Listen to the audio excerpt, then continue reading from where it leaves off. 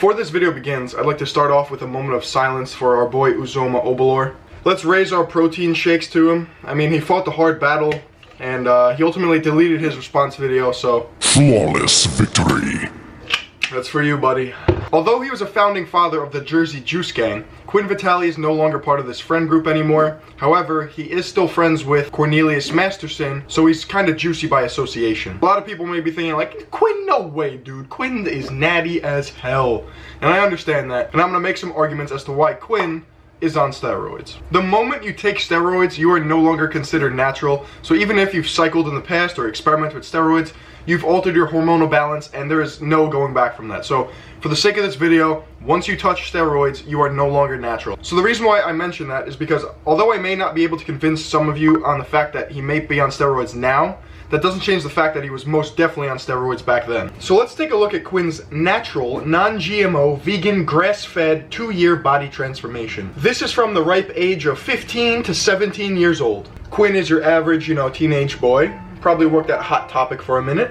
All is good, he's enjoying life. No red flags yet. Okay, I'm gonna fast forward a little bit. He seems to be putting on some size, getting into the gym, maybe working out for some girls. Whatever the case, our boy Qwin's looking pretty good. Qwin, no. Time's up. This motherfucker just went from Squirtle to Blastoise. Where the fuck was Wartortle, my guy? So I compiled a list of my favorite highlights and we're just gonna go through them, alright? In this picture, we have Qwin's shoulders being capped like a goddamn snow cone. Here we have the bowling ball implants that I mentioned in my other video, and now he's also got the olive oil trap injections going on. Let's take a look at this one. Dude, are you okay? What the fuck just happened to your skin? This dude needs ointment really bad. So this is the 2-year difference. He looks like he put on about 50 pounds of muscle in about 2 years. Let's talk about strength. The first lift we're going to be looking at is Qwin's bench press. Now Qwin is pretty built for bench. I mean, he's got short limbs, it looks like. He's got short torso. He uses a big arch. He recently hit 300 for 10 reps. Now that's pretty impressive. Come on. Let's see where he started from though. So we know in the transformation video when he was about 17 years old, he hit what seems to look like a 345 pound bench.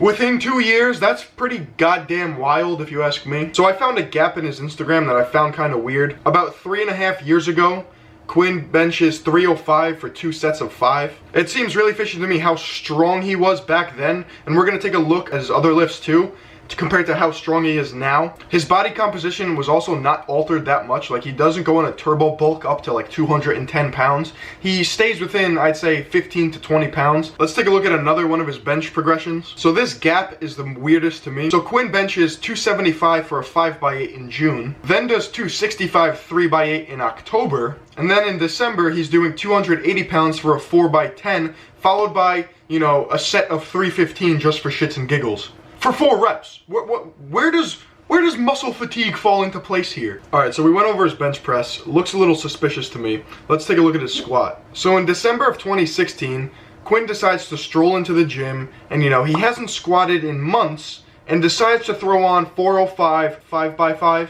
But then, just about 4 months ago in October, Qwin hits a 405 3x4. So Qwin's squat doesn't really raise any red flags. I mean, he hit a 500 squat when he's about 180 pounds. That's a pretty big lift. However, I do see a common theme here. It's Qwin's strength just being really high and then really low, and it's just this constant up and down. Finally, let's take a look at his deadlift. So this is the most obvious lift to call bullshit on.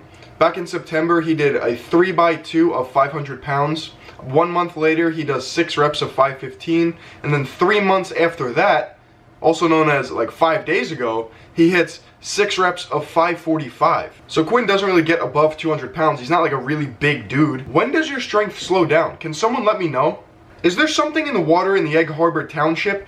Because all these Jersey boys' strength just keeps fucking going up and up and up. No plateaus ever. And if there are, there's really sketchy gaps in their Instagram, and your boy picks them out. I understand making a lot of gains in a short amount of time when you're new to lifting. Qwin has been lifting for 5 or 6 years. These type of jumps are unheard of. No one does this. Second of all, a lot of the counter arguments that I get is, oh, you could get strong naturally, Phil. Yeah, you can. But you know who gets really strong? Big men who are way above 200 pounds, 220, 240. Big dudes and juicers. You know, everyone in my comment section has this 16-year-old friend that's twice the size of me, deadlifts 800 pounds, yet when I go to click on them to see, nothing exists. Where are the guys in any of the gyms that I've been to putting up this amount of weight? Attila's gym in New Jersey is one of the juiciest gyms in the country. It is an old school bodybuilding gym that considers themselves the mecca of the East Coast. It's like the same shit with Gold's out in California and Bev Francis in New York. These gyms live and breathe steroids. It's a part of the culture in going to the gym there. Everyone uses, everyone talks about it, and it's considered normal. So we know Cornelius is on steroids. His name is engraved on the stone tablet of fake natties. So you're telling me Qwin, with 5 or 6 years of lifting knowledge and experience, is unaware that his friend Cornelius is using steroids? Nope, no shot in hell. If they really are friends, then they talk about that shit all the time. So we also know that Stephen Cow, who has arguably one of the best physiques in the world and is an IFBB pro, and whose life is the gym, is on steroids. This is Qwin next to Steve. So I already laid out the details as to why Dave is on steroids. You guys get it? That's what we call a pun. Ryan Casey is a meme at this point. Cornelius has been husked.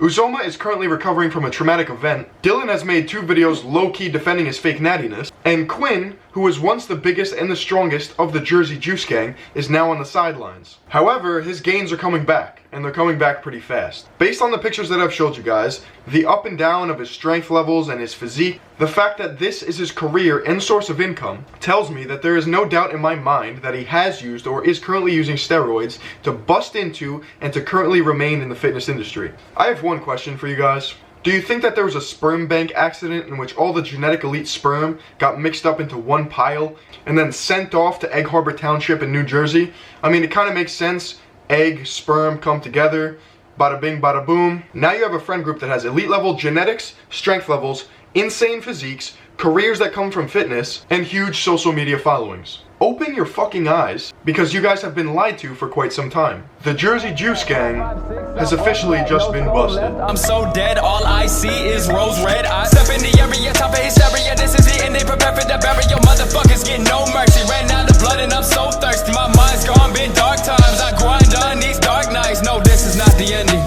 the rain is just beginning.